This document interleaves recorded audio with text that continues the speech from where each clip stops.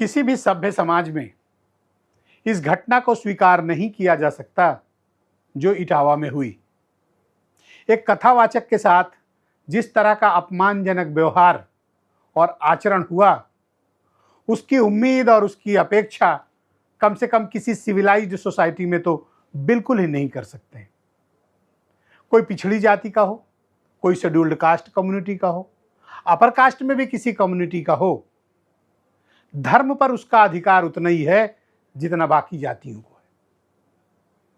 यादव समाज के एक कथावाचक के प्रति जिस तरह का घिनौना कृत्य किया गया, वो अपने आप में बहुत विचलित करता है, मन को परेशान और दुखी करता है, और ये बताता है कि एक समाज के तौर पर अभी भी हम किस तरह से जातीय भेदभाव का शिकार हैं। बहनों भाइयों, सनातन धर्म भले ही जाति व्यवस्था में बटा हुआ हो, लेकिन वर्तमान दौर में इस व्यवस्था को और इस प्रणाली को इस प्रकार से स्वीकार नहीं किया जाना चाहिए। अगर कोई भागवत कथा कहता है, कोई गीता का पाठ करता है, कोई रामचरितमानस का पाठ करता है, तो इसमें गलत क्या है? जो कह सकता है वो बोल भी सकता है, और जो बोल सकता है वो सुन भी सकता है और सुना भी सकता है। हम उस देश के नागरिक हैं जहां वसुधैव कुटुंबकम की बात कही जाती है। सहिष्णुता सनातन की पहचान है। फिर वो कौन लोग हैं जो इस तरह के जातीय भेदभाव, वैमनस्यता और घृणा के शिकार हैं? हमें एक समाज के तौर पर अपनी जिम्मेदारियों का भी आकलन करना चाहिए कि हम समाज को बराबरी के पायदान पे लाएं। जो समाज में निचले पायदान पे छूट गए हैं, उन्हें वापस ऊपर लाना चाहिए और उन्हें मुख्य धारा का पार्ट बनाना चाहिए। इटावा की घटना एक उदाहरण के तौर पर भी हमारे सामने आती है कि इस समाज में किस प्रकार से कुछ लोग और कुछ समूह ऐसा आचरण करते हैं कि वो बहुत ऊंची नस्ल के हैं, या वो बहुत बड़े ब्लड के हैं, या फिर वो रॉयल फैमिली से ताल्लुक़ रखते हैं। बहनों भाइयों, इस देश का इतिहास कहता है कि ज्ञान पर किसी जाति का कोई वर्चस्व नहीं। महर्षि वाल्मीकि इस देश का सबसे बड़ा उदाहरण है, और मैं सबसे ये कहता हूँ कि वाल्मीकि जी के उदाहरण से, संत रविदास जी के उदाहरण से पूरे देश, पूरी कम्युनिटी और सभी जातियों को सबक लेना चाहिए। ज्ञान किसी की बपौती नहीं है और न किसी की थाती है। ज्ञान एक ओपन फोरम है, जो अर्जित करेगा ज्ञान उसको अपनाएगा।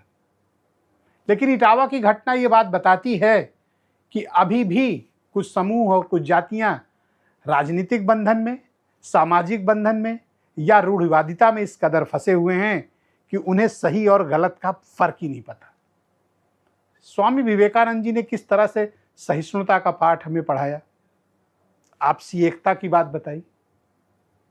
धर्म कभी भी किसी जाति, मजहब, पंथ को अलग करने की बात नहीं करता।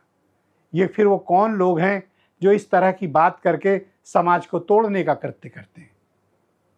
अगर यादव समाज क्या, किसी भी समाज से, मैं तो यहाँ तक कहता हूँ कि अगर scheduled caste community, scheduled tribe community, किसी भी कम्युनिटी के व्यक्ति को अगर ज्ञान का बोध हुआ है, तो उस बोध का फल आम जनता को और सबको मिलना चाहिए। हमें महात्माओं को, साधु संतों को, कथावाचकों को, या भी जो भी दिव्य पुरुष हैं जिनके पास भी ज्ञान है, उनमें हमें भेदभाव नहीं करना चाहिए।